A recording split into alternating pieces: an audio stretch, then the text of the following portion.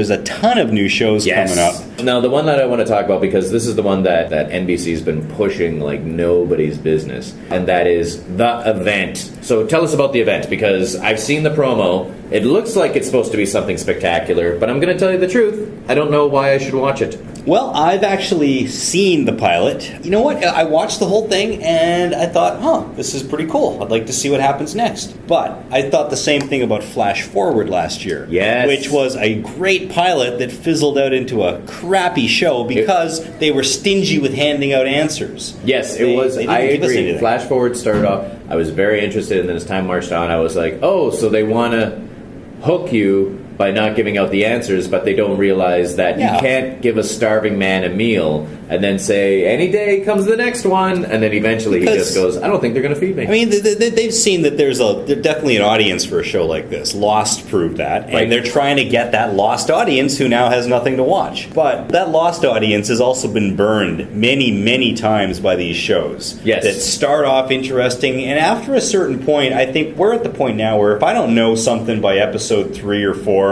I'm out. I'm cutting bait. I'm done. So The Event, well, yay or nay? I'll set it up for you. There's a president, and he's about to make an announcement that could change history. The head of the CIA urges him not to make this announcement, which involves a woman who's been detained in a secret military base in Antarctica.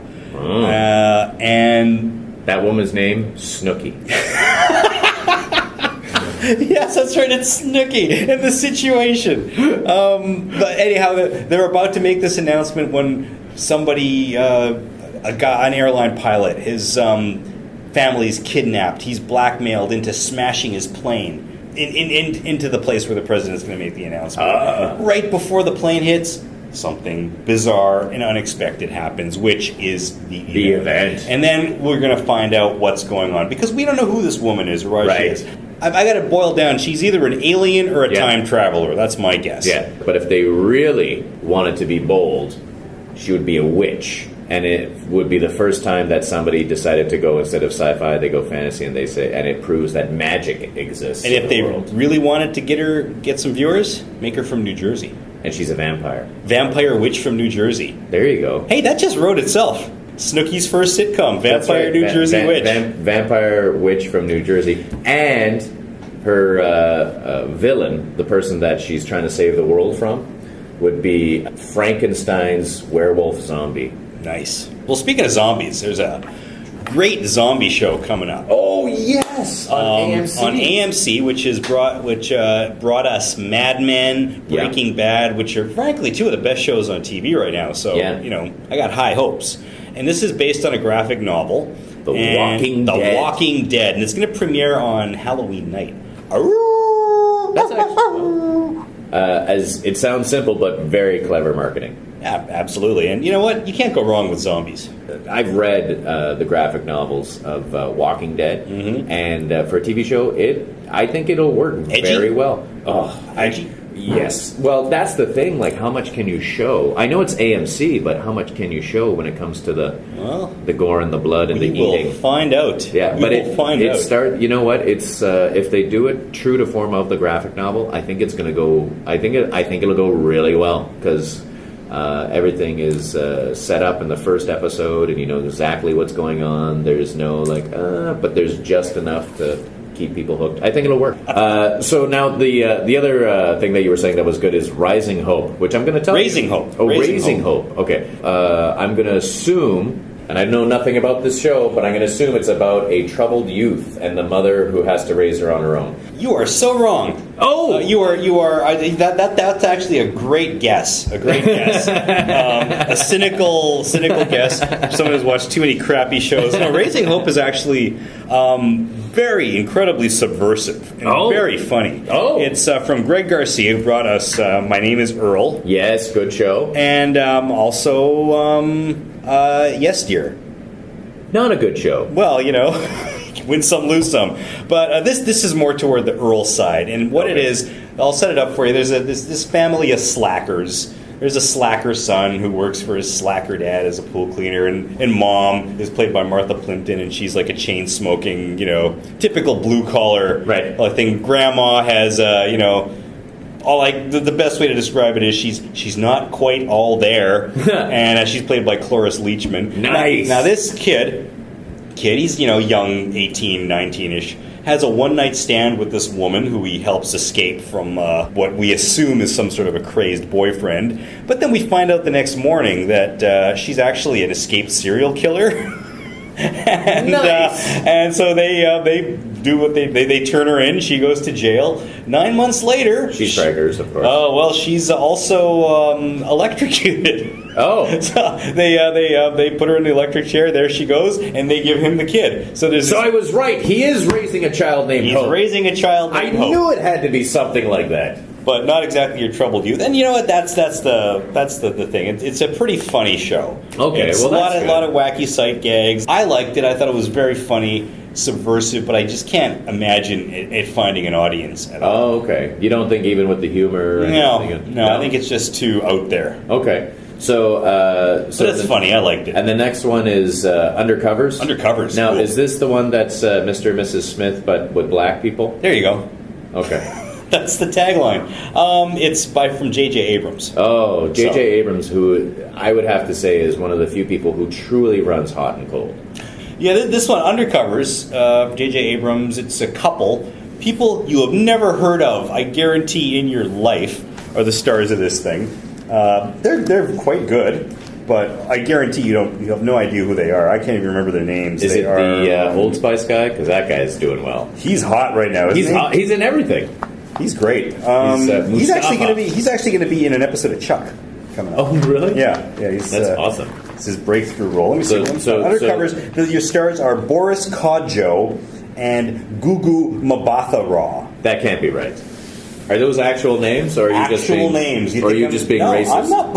Hey, those are the names. Boris Kodjoe. Yes. And Gugu Mbatha-Raw. There you go. You're absolutely right. And they are the stars, but you know what? You've never heard of them, but they're still very good in this show, and it's a lot of action, a lot of adventure, a lot of hijinks. But what sets it apart from, say, Alias, yes, which took itself way too seriously. I thought Alias was great until they said, now it's 3 years in the future, and everything was identical. Okay. But this is going to be the opposite of Alias. They're going to basically take on an assignment every week, right? And it's a fun show. They've got like a banter going on. They make wisecracks and stuff while they're shimmying down buildings. Do you think people are going to be into this TV show? Tough to say. It's a really difficult barometer because it's on NBC, right? Which is a network nobody watches to begin with. So sad. But it's true, though. I mean, you could have a great show on NBC, and maybe no one will see it because they're so used to not watching NBC. Yeah. Now, The Defenders. What is The Defenders? A law show called The Defenders. You got to figure it's about defense attorneys. Yes. And you'd be right. What makes this one different is it's actually based on a documentary. These filmmakers went out and they followed these two guys in Vegas who are flamboyant defense lawyers. Uh-huh. Shot this documentary they thought like was the phenomenal. Siegfried and Roy of... Well, not flamboyant. When I say flamboyant, I'm not using it as a code word for gay. I'm using it as they're just oversized characters. Okay. And they shot this thing, thought it was great, took it to a network, we're trying to sell it as a reality show. They say, oh, we love this. This is great. This is exactly what we want. So we're going to change it into a scripted drama. Instead of a reality show, we're going to make it a scripted drama. That's exactly what happened. What a weird story. And then, if that's not weird enough, they decided, who can we cast as the lawyers? How about Jerry McConnell and Jim Belushi? Really? That's really. Jerry O'Connell, I understand. And Jim Belushi, I don't. And here's the crazy part. I haven't gotten to the crazy part yet. Now it gets weird.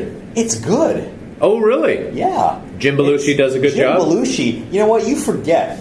After all the crap he's done over the last 15 years. 15? I think you're being kind. I mean, I'm being kind. You forget, you know what? He's actually a pretty good actor. Really? Put him in good material. Remember he was in, what was that, Salvador? Remember? Yes. He's done some solid work way back in the past. So, this is a good role for him. He wants everybody to forget about According to Jim. Wow. Okay.